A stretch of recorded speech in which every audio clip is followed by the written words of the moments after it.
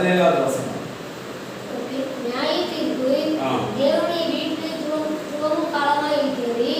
முந்தி நம்மிடத்தில் அது துவங்கினால் தேவனுடைய சுவிசேஷத்திற்கு கீழ்ப்படியாதவர்களின் முடிவு என்னமாய் இருக்கும். சொல்லப்பட்டு பாருங்க, நியாயத்திற்கு தேவனுடைய வீட்டிலே துவங்கும் காலமாக இருக்கிறது. முந்தி நம்மிடத்தில் அது துவங்கினால் பாருங்க, சொல்ல பாருங்க, தேவனுடைய சுவிசேஷத்திற்கு கீழ்ப்படியாதவருடைய முடிவு என்னவா இருக்கும். அந்த சுவிசேஷத்தை ரொம்ப முக்கியம்.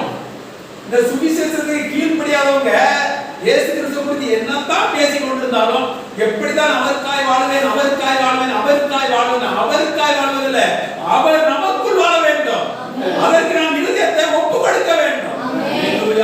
அவர் எனக்குள் வாழ்கிற மன நிலைமை நம்ம வர வேண்டும். அதற்காக தான் சுவிசேஷம். அவர் அங்க இருக்கிறார், நான் அவருக்காக வாழ்வேன் அவருக்காக வாழ்வேன் அவருக்காக நமக்காக அவர் வாழ்ந்தார். ஹல்லேலூயா. நாம் அவருக்குள் இருக்கும்படிக்கு, நமக்குள் அவர் வாழும்படி, ஒன்றாய் இருக்கும்படிக்கு வேதம் சொல்லுகிறது, எல்லாத்தையும் பரலோகமும் பூமியும் இணைக்கப்படும்படி. அது யார் மூலமாக? கிறிஸ்துவின் மூலமாக இணைக்கப்படும்படியா. ஹல்லேலூயா. தனித்து இருக்கும்படியாக அல்ல, இணைக்கும்படியாக. இன்னைக்கு அவர் உங்களுக்குள் இருக்க வேண்டும் என்பதற்காக தான் இந்த சுவிசேஷம் அறிவிக்கப்பட்டுக் கொண்டிருக்கிறது. இதை ஏற்றுக்கொள்ளாத முடிவு மோசமாக இருக்கும். அதனால சொல்லப்படுது, அது முந்தி நம்மிடத்தில் அது துவங்கினால் தேவனுடைய சுவிசேஷத்திற்கு கீழ்ப்படியாதவருடைய முடிவு என்னவாக இருக்கும். சுவிசேஷத்துக்கு கீழ்ப்படியாதவருடைய முடிவு என்னவாக இருக்கும். ரொம்ப முக்கியம். சுவிசேஷத்துக்கு கீழ்ப்படிவது ரொம்ப முக்கியம். அந்த சுவிசேஷம் என்ன? இயேசு கிறிஸ்து செய்ததை நாம் அறிவிக்கிறோம். அதை ஏற்றுக்கொண்டு அதற்கு தன்னை கீழ்ப்படுகிறவர்கள், அவர் சொன்னதை தன்னிடத்தில் ஒப்பு கொடுக்கிறவர்கள், ஏற்றுக்கொள்ளுகிறவர்கள், அந்த மனதை மாற்றுகிறவர்கள், நீ இப்படிப்பட்டவரா வச்சிருக்கிறார் என்ற அந்த வார்த்தையை உங்கள் இருதயத்தை நீங்கள் ஏற்றுக்கொள்ளுகிறவர்கள், என்ன பரிசுத்தமாக்கிறது சுவிசேஷம் சொல்லுகிறதா, அதை உங்கள் இருதயத்தில் ஏற்றுக்கொள்ளுங்கள். என்னை பரிசுத்தமாக்கி இருக்கிறையா, உங்களுக்கு நன்றி செலுத்துகிறேன். இதோ உங்களுக்கு வாசம் பண்ணுகிறேன் சொல்ல சுவிசேஷம் சொல்லுகிறதா, அதை உங்கள் இருதயத்தில் ஏற்றுக்கொள்ளுங்கள். எனக்குள் தங்கி இருக்கிறார் என்று சொல்லி இருக்கிறார், என்னை விட்டு விலக மாட்டேன் என்று சொல்லி இருக்கிறார், என்னை கைவிட மாட்டேன் என்று சொல்லி இருக்கிறார், நான் வெட்கப்படுவது என்று சொல்லி இருக்கிறார், நான் வாக்குக்கு பங்காக இருக்கிறேன் என்று சொல்லி இருக்கிறார், பிதாவும் இயேசு கிறிஸ்துவுல ரகசியங்களுக்கு சொந்தக்காரராக வச்சிருக்கிறேன் என்று சொல்லி இருக்கிறார் என்பதை உங்கள் இருதயத்தில் ஆணித்தரமாய் நீங்கள் பதித்துக் கொள்ளுங்கள். அப்பொழுது நீங்கள் வசனத்தில் உறுதியாய் தரித்திருக்கிறபடினால் நீங்க எந்த சூழ்நிலையிலும் அசைக்கப்பட மாட்டீங்க. மழை வரலாம், பெரும் புயல் வரலாம், எதுவும் வரலாம், நீங்கள் கண்மலை மேல் கட்டப்பட்ட வீடாக இருக்கிறீர்கள். அது எப்படி வந்ததோ அப்படியே போய்விடும். நீங்கள் எப்படி இருக்கிறீர்கள் நீங்கள் அப்படியே இருக்கிறீர்கள். அப்படிப்பட்ட கண்மலை மேல் கட்டப்பட்ட வீடாக, கண்மலை இங்கேயும் நீங்க இங்கேயுமா இருக்கக்கூடாது, கண்மலை மேல் கட்டப்பட்ட வீடாக. அது எப்படிப்பட்டது என்றால், மூலக்கல் இயேசு கிறிஸ்து, அப்போஸ்தலருடைய உபதேசம், அதுதான் கிறிஸ்துவின் உபதேசம், அதுதான் சுவிசேஷம். அதிலே நாம் வளர்கிறவர்களாய் இருக்கும் பொழுது நாம் அசைக்கப்பட மாட்டோம். ஏன்னா மூலக்கல், அஸ்திபாரமான மூலக்கல் இயேசு கிறிஸ்துவுக்கு மேல் கட்டப்பட்டதா இருக்கிறது. ஒருவனும் அதை மாற்றி கட்டாதிருப்பானாக என்று வேதம் சொல்கிறது. ஹல்லேலூயா. மூலக்கல் இயேசு கிறிஸ்துவாகவே இருக்க வேண்டும். மூலக்கல் மோசையின் கல்லாக இருக்கக்கூடாது. மூலக்கல் நியாயப்பிரமாணத்தின் சட்டத்திட்டத்தின் கல்லாக இருக்கக்கூடாது. இயேசு கிறிஸ்துவின் மூலக்கல் அப்போஸ்தலருடைய உபதேசத்தில் நாம் வளர்கிறவர்களாக இருக்க வேண்டும். அதிலே நாம் இணைக்கப்பட்டு வளர்கிறவர்களாக இருக்க வேண்டும். அதற்காக தான் சுவிசேஷம் அறிவிக்கப்படுகிறது. ஹல்லேலூயா. அதற்காக தான் இந்த சத்தியத்தை நீங்கள் அதிகமாக படிக்க வேண்டும், தியானிக்க வேண்டும். ஆமென். ஒரு குழந்தையா, புதிதாய் பிறந்த குழந்தைகளுக்கு என்னத்தை கொடுப்பாங்க? ஒரு தாய் தன் குழந்தைகளை வளர்வதற்காக தன் பால் கொடுப்பாங்க. அதே போலதான் சொல்றாரு, பேர் சொல்ற ஞானப்பால் என்கிற அவருடைய வசனம், களங்கமில்லாத அவருடைய வசனம், களங்கமில்லாத ஞானப்பாலாகிய அவருடைய வசனத்தை நீங்கள் அனுதினமும் நீங்கள் சாப்பிடுங்க. ஹல்லேலூயா. இந்த கிறிஸ்துவின் உபதேசம், அப்போஸ்தலருடைய உபதேசத்தை தினமும் உங்கள் சிந்தையில ஒவ்வொரு நாள் நீங்க எவ்வளவாய் நீங்கள் அதை தியானிக்கிறீர்களோ அவ்வளவாய் நீங்கள் வளருவீர்கள். எவ்வளவாய் இந்த உபதேசத்தை நீங்கள் கேட்கிறீர்களோ அவ்வளவாய் நீங்கள் வளருவீர்கள். ஹல்லேலூயா. எந்த குற்றங்கள் கிடையாது, அந்த சுவிசேஷத்துல எந்த பாவமும் கிடையாது, எந்த குற்றமும் கிடையாது, எந்த அக்கிரமமும் கிடையாது. ஹல்லேலூயா. அந்த வசனம் உங்களை வாழ வைக்கிறது. அந்த வசனம் உங்களை பரிசுத்தமாக்கப்பட்டிருக்கிறது. அந்த வசனம் உங்களை நீதிமானாக்குகிறது. அந்த வசனம் உங்களை சகலவற்றிலும் ஒன்றிலும் குற்றமற்றவர்களாக மாசற்றவர்களாக மாற்றுகிறது. தேவனுடைய பிள்ளையாய் மாற்றுகிறது. சுவிசேஷம் சுவிசேஷம். அல்லேலூயா. இந்த சுவிசேஷத்தால் உங்களுக்குள் நித்திய ஜீவன் உண்டாகுது. இந்த சுவிசேஷத்தால் நீங்கள் வாக்குத்தத்தங்களை விசுவாசிக்கிறீர்கள். இந்த சுவிசேஷத்தை நீங்கள் விசுவாசிக்கிறவர்களுக்காய் அளிக்கப்பட்ட வாக்குத்தத்தம். அது யாருக்கு? விசுவாசிக்கிறவர்கள். என்னத்தை? சுவிசேஷத்தை விசுவாசிக்கிறவர்களுக்கான அளிக்கப்பட்ட வாக்குத்தத்தம். அல்லேலூயா. அது உங்க பக்தினால அந்த சுவிசேஷம் அந்த வாக்குத்தத்தம் நிறைவேற்றப்படாது. இயேசு கிறிஸ்துவை விசுவாசிக்கிற விசுவாசத்தினால் அவருடைய சுவிசேஷத்தை நீங்கள் ஏற்றுக்கொள்கிறபடினால் வாக்குத்தத்தங்கள் உங்களுக்கு சொந்தமா இருக்குது. ஆமென். அப்போ இந்த உபதேசம் இந்த சுவிசேஷத்தை நீங்க நல்லா நீங்க கேளுங்க, நல்லா அதை நீங்க தியானிங்க. உங்களுக்குள்ள ஆவியானவர் உங்களுக்குள்ள அந்த கிருபையை உங்களுக்கு தரணும். தினமும் அனுதினமும் விசுவாசித்து நீங்க பேச ஆரம்பிங்க. அந்நிய பாஷைகளை நீங்க பேச ஆரம்பிங்க. விசுவாசிக்கிற நடக்கும் அடையாளங்களா உங்களுக்கு சொந்தமா இருக்கிறது. இயேசு கிறிஸ்துவை எத்தனை பேர் விசுவாசிக்கிறீங்களோ அவருடைய பிள்ளைகளுக்கு அவர் வைத்திருக்கிற வாக்குத்தத்தம் உங்களுக்கு சொந்தமா இருக்கிறது. இந்த சுவிசேஷத்தினால் நீங்கள் பிழைத்திருக்கிறீர்கள். இந்த சுவிசேஷத்தை நீங்க இருதயத்தில் ஏற்றுக்கொள்ளும் பொழுது எல்லாவற்றிலிருந்தும் விடுதலையாக்கப்பட்டிருக்கிறீர்கள். அல்லேலூயா. அதனாலதான் இந்த சத்தியத்தை நீங்கள் அறியும் பொழுது இந்த சத்தியம் உங்களை என்ன செய்து விடுதலையாக்குகிறது. இன்னைக்கு நீங்கள் மாம்சத்துக்குரியவர்களாய் நீங்கள் பக்தியிலே நினைத்துக் கொண்டிருக்கும் பொழுது பிசாசு பலவிதமான குற்றத்தை உங்கள் இருதயத்திலே போட்டுக் கொண்டிருப்பான். நீ இப்படி நினைத்துக் கொண்டிருந்தா, இப்படி இருந்து கொண்டிருந்தா, இப்படி பேசினால், இப்படி இவர்களை மதிக்கல, நீ இங்க இவ்வளவு லேட் ஆகிட்ட, அங்க இவ்வளவு நீ பணத்தை கொலையா கொடுத்துட்ட, இங்க கூட்டி கொடுத்துட்ட, அங்க லஞ்சம், இப்படி பலவிதமானதை சொல்லிக்கொண்டே இருப்பான். ஒவ்வொருத்தருக்கும் ஏற்றவிடம் பலவிதமான சொல்லிக் கொண்டிருப்பான்.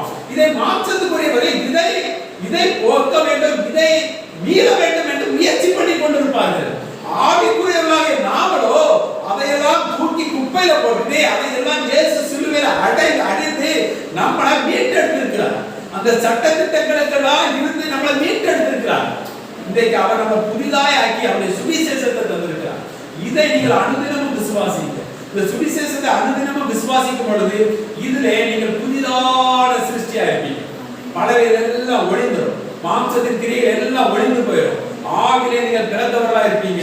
உங்களுக்கு எல்லாவற்றையும் இயேசு செய்து முடித்திருக்கிறார். அவரே உங்களுக்கு எல்லாவற்றிலும் எல்லாமுமாக இருப்பார். அவரே உங்களுக்கு தலையாக இருப்பார்.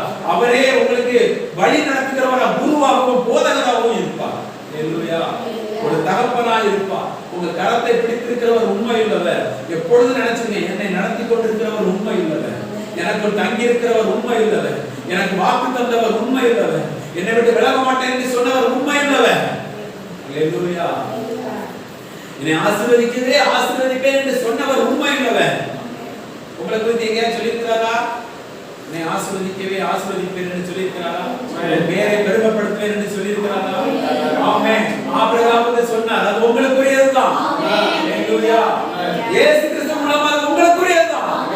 இந்த வாக்கு தத்தத்தை படிக்கும் பொழுது எதெல்லாம் உங்களுக்கு உணரப்படுது அது உங்களுக்கு வந்தே நடக்கும். நீங்கள் இருதயத்தில் இடம் கொடுங்க. இதெல்லாம் வர வேண்டுமானால் இந்த சுவிசேஷத்தை அதிகமா நீங்க கேளுங்க, பேசுங்க, தியானிங்க. உங்களுக்குள்ள நடக்கும். உலகத்தை குறித்து நினைச்சு கொண்டு இருக்காது. அது உலகத்துக்குரிய நினைச்சு கொண்டு இருப்பான். உலகத்திலிருந்து விடுதலையாக மாம்சத்துக்குரிய உலகத்திலிருந்து விடுதலையாக நினைத்துக் கொண்டிருப்பான். ஆவிக்குரிய நாம் விடுதலையாக்கப்பட்டிருக்கிறோம். அல்லேலூயா. நாம் இந்த சுவிசேஷத்துக்கு கீழ்ப்படிந்தபடியால் நாம் ஆவியிலே பிழைத்திருக்கிறோம். சில கிறிஸ்தவர்கள் இந்த சுவிசேஷத்துக்கு கீழ்ப்படியாமல் இன்று நான் பாவத்தில் இருக்கிறேன் என்று சொல்றார். ஏனென்றால் அவர் மாம்சத்துக்குரியவர்களாக இருக்கிறார். மாம்சத்துக்குரியவர்கள் தேவனுக்கு பிரியமாய் இருக்க முடியாது. என்னதான் மாம்ச பக்திகள் தேவனுடைய சட்டத்திட்டத்துக்கு உட்பட்டு ஆகாது. யோசிச்சு பாருங்க, சவுல் இருக்காரு பாருங்க, மாம்சத்தின்படி அவர் செஞ்சது மாம்சத்துக்குரியவருக்கு நல்லது. தேவனுடைய ஆலயத்துக்காக பலியிடுவதற்காக நல்ல ஆரோக்கியமான மிருகங்களை கொண்டு வருகிறான். எதற்காக? தேவனுடைய ஆலயத்தை பலி செலுத்த வேண்டும் என்பதற்காக. மாம்சத்தின்படி நல்லது, ஆனால் தேவனுடைய பார்வையில் அருவருப்பானது. அல்லேலூயா. பலிகளை பார்க்கணும், கீழ்ப்படிதல் முக்கியம். பக்தியை பார்க்கணும், தேவனுடைய வார்த்தைக்கு கீழ்ப்படிதல் முக்கியம். மாம்ச பக்தி எவ்வளவு இருக்கலாம், நல்லது. நல்ல விஷயத்திலே வைராக்கியம் பாராட்டுவது நல்லது. அதை விட தேவனுடைய வார்த்தைக்கு கீழ்ப்படிவது நல்லது. அல்லேலூயா. நம்மளை விட வேற மதத்தில் இருக்கிறவங்க பக்தியில குறைவா இருக்கான்னு நினைக்கிறீங்களா? எத்தனை பேர் தான் பிள்ளைகளை பலி கொடுத்துருந்தாங்க பாத்தீங்களா? கேள்விப்பட்டீங்களா? பிள்ளைகளை பலி கொடுத்துருந்தாங்க. அவ்வளவு வைராக்கியமா இருக்கிறாங்க. அப்ப தேவன் நம்மளோட அவங்களதான் பார்க்கணும். மாம்ச பக்தியை பார்த்தா நம்மளோட அவங்களதான் பார்க்கணும். ஆனால் அப்படி பார்க்கல. இயேசு கிறிஸ்துவை மூலமாக மீட்கப்படுகிறவர்களை பார்க்கிறார். இயேசு கிறிஸ்து அவர் சொன்ன வார்த்தை யார் கீழ்ப்படுகிறார்கள் என்பதை அதுதான் தேவனுடைய பார்வையில் விளையாடப்பட்டதா இருக்கும். அதை மீறி நீங்க என்னத்தை செஞ்சாலும் அவர் அதை கேட்கவே மாட்டார். சவுல் சொல்லுகிறான், நான் இல்ல உன் ஜனங்க தான் கொண்டு வந்தாங்க, வழியிட வேணுமே அப்படி சொல்றான். கர்த்தர் ஒன்றை சொல்லுகிறார்னா அதன்படி செய்கிறதே அவரை நீங்க பரிசுத்தப்படுத்துறது அர்த்தம். அவரை உங்கள் இருதயத்திலே கனப்படுத்துறீங்கன்னா எப்படி கர்த்தர் உங்களுக்கு என்னத்தை சொல்லுகிறாரோ அது நன்மை போல இருக்கிறதா தீமை போல இருந்தாலும் பரவாயில்ல, அவர் என்ன சொல்ல வார்த்தை என்ன சொல்லுகிறதோ அது அப்படியே கீழ்ப்படிவதுதான் நீங்கள் உங்கள் இருதயத்தை அவரை பரிசுத்தப்படுத்துகிறது அர்த்தம். அதைத்தான் தேவன் சொன்னார். மோசேயை பார்த்து சொன்னார், நீங்க உங்களை போல அவன் நினைச்சல அசுத்தமாக்கல, அவன் என் வார்த்தையை பரிசுத்தப்படுத்தினான். நீங்கள் சபைக்கு முன்பாக என்னை பரிசுத்தப்படுத்தல, என் வார்த்தையை நீங்க நினைச்சல பரிசுத்தப்படுத்தல, என் வார்த்தையை நீங்க கனப்படுத்தல. நான் பேச சொன்னேன், நீ அடிக்கிற. ஆனா தண்ணி வந்துச்சு, ஜனங்க எல்லாம் குடிச்சாங்க, ஆனா வாக்குத்தத்தம் பண்ணப்பட்ட இடத்துக்கு போக முடியல. அல்லேலூயா. இன்னைக்கு இந்த சுவிசேஷத்துக்கு விரோதமா செஞ்சாலும் அற்புதம் நடக்கும், அதிசயம் நடக்கும், ஆசீர்வாதம் இருக்கும். ஆனா பரலோக ராஜ்யம் போக முடியாது. அல்லேலூயா. வார்த்தையை மீறக்கூடாது. சுவிசேஷத்துக்கு கீழ்ப்படிகிறவர்கள், கீழ்ப்படியாதவருடைய முடிவு என்னவா இருக்கும் என்று சொல்லப்படுகிறது. அப்ப நம்ம கீழ்ப்படிகிறவர்கள் பாக்கியவான்கள். அல்லேலூயா. சுவிசேஷத்துக்கு கீழ்ப்படிகிறோம். சுவிசேஷ வார்த்தை நம்மளை குறித்து என்ன சொல்லி இருக்கிறதோ நிருபத்துல தேவன் சொல்லி இருக்கிற சபைக்கு நம்மளை குறித்து எழுதுறார்.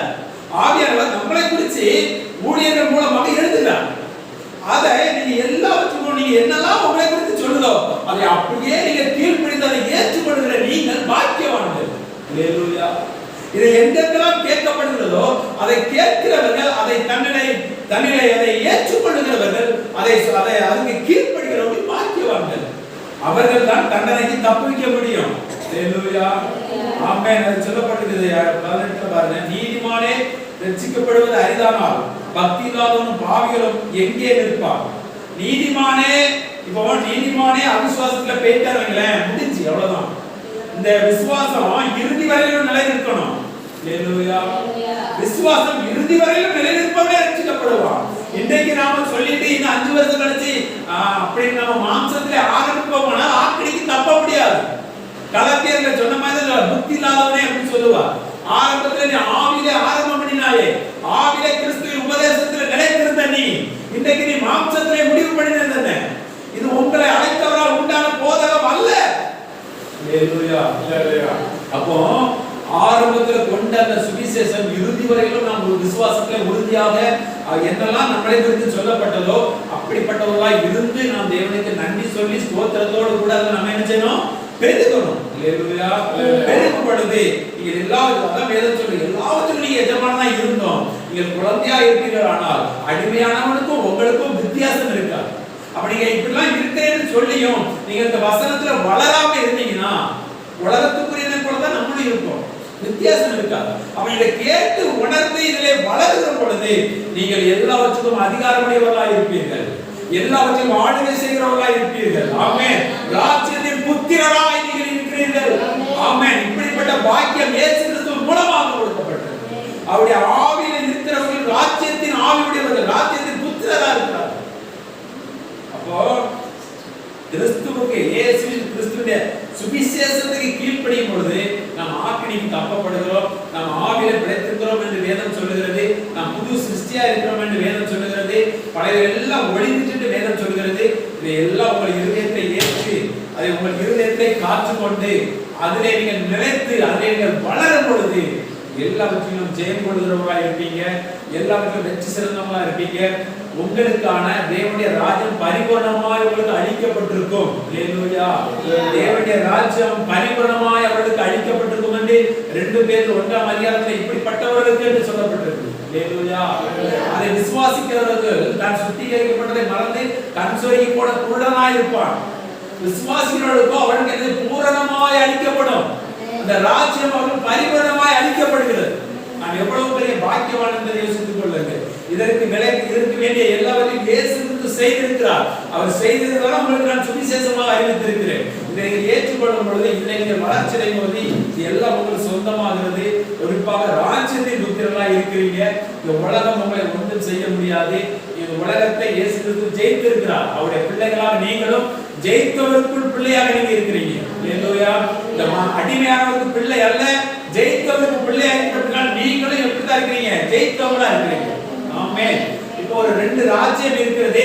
ஒரு ராஜ்யத்துல ஒரு ராஜ்யம் ஜெயிச்சிட்டீங்களேன், அந்த ராஜ்யத்தின் பிள்ளை என்னதான் சொல்லுவான்? நான் அடிமையா சொல்லுவான், நாங்க ஜெயிச்சிருக்கிறோம் அப்படின்னு சொல்லுவான். அவன் போருக்கு போவனாலும் அவன் சொல்லுவான், நாங்கள் ஜெயித்திருக்கிறோம் அப்படின்னு சொல்லுவான். எதனால? எங்க அப்பா ஜெயித்திருக்கிறார். அதே போல நம்ம அப்பா ஜெயித்திருக்கிறார். ஆமென். நாம் அடிமைப்பட்டவர்கள் அல்ல. அடிமைப்படுவதற்கான மாம்சத்துக்குரியவர் அல்ல. மாம்சத்துக்குரியவர் அடிமைப்பட்டவர்களா இருக்கிறார். அதான் மாம்சத்துக்கும் ஆவிக்கும் எப்பொழுதும் போராட்டம் இருந்து கொண்டே இருக்குது. அது அடிமைத்தனம். ஆமென் சார். நாம் எழுதிச்சோம். நல்ல பிதாவே, நன்றி செலுத்துகிறோம். தகப்பனே, நீ தந்திருக்கிற இந்த சுவிசேஷத்தை நாங்கள் கீழ்ப்படிந்து இதை நாங்கள் ஏற்றுக்கொண்டு இதை நாங்கள் வளர்கிறவர்களாக இருக்கும்படிக்கு எங்களுக்கு தந்த இந்த சுவிசேஷத்தை நாங்கள் உணர்ந்து இருக்கும்படி பரிசுத்த ஆவியை நீர் எங்களுக்கு தந்திருக்கிறதுக்காக நன்றி. எங்கள் ஒவ்வொருவருக்கும் பரிசுத்த ஆவியானவர் இந்த வார்த்தைகளை இருதயத்தில் போட்டு இதை நாங்கள் வளர்வதற்கு உதவி செய்வதற்காக கோடாவோடி ஸ்தோத்திரம் செலுத்துகிறோம். எங்கெல்லாம் கேட்கப்படுகிறதோ அங்கெல்லாம் ஆவியானவரே உதவி செய்யும்படியாக நாங்கள் ஜெபிக்கிறோம். அது நிமித்தம் அவர்கள் எந்தெந்த காரியத்தில் அடிமைப்பட்டிருக்கிறார்களோ எல்லாவற்றிலும் நம்மளுக்கு விடுதலை உண்டாகும்படியாக நான் ஜெபிக்கிறேன். இந்த சத்தியத்தை அறியும் பொழுது அவர்கள் விடுதலையாக்கப்படுகிறார்கள். இந்த சுவிசேஷத்துக்கு கீழ்ப்படியும் பொழுது அவர்கள் ஆக்கினைக்கு தப்பப்படுகிறார்கள். ஆண்டவரே, அதற்காக மட்டும் நன்றி. இந்த சுவிசேஷத்தை கேட்டுக்கொள்ளக்கூடிய கிருபைகளை ஒவ்வொருவருக்கும் கொடுக்கும்படி நான் ஜெபிக்கிறேன். நாளில் கொண்டதற்கு ஒவ்வொருவருக்காக நன்றி. ஆண்டவரே, இன்னும் தடைப்பட்ட ஒவ்வொருவருக்காகவும் நான் நன்றி செலுத்துகிறேன். அவர்களுக்கும் ஆண்டவர் இந்த கிருபைகள் உண்டாவதாக. கேட்கிற யாருக்கும் இந்த கிருபை பெருகும்படி நான் ஜெபிக்கிறேன். ஆண்டவரே, இந்த ஊழியத்தை குறித்த திட்டங்கள் எல்லாவற்றையும் இதுவரையிலும் நீர் அற்புதமாய் செய்து கொண்டிருக்கிறீர். இனியும் நீர் செய்ய போறதுக்காக நன்றி அப்பா. எல்லா மகிமை மட்டும் உண்டாகட்டும். தகப்பனே நன்றி. எல்லா மகிமை மட்டும் தாழ்த்தி ஒப்புக் கொடுக்கிறோம். நீர் மாத்திரம் மகிமைப்படும்.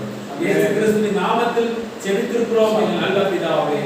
ஆமென். ஆமென். என் ஆத்துமாவே கர்த்தரை ஸ்தோத்திரி, உடலுமே பரிசுத்த நாமத்தை ஸ்தோத்திரி. என் ஆத்துமாவே கர்த்தரை ஸ்தோத்திரி, கர்த்தர் செய்த சகல உபகாரங்களை மறவாதே. கர்த்தராகிய இயேசு கிறிஸ்துவின் கிருபையும் பிதாவாகிய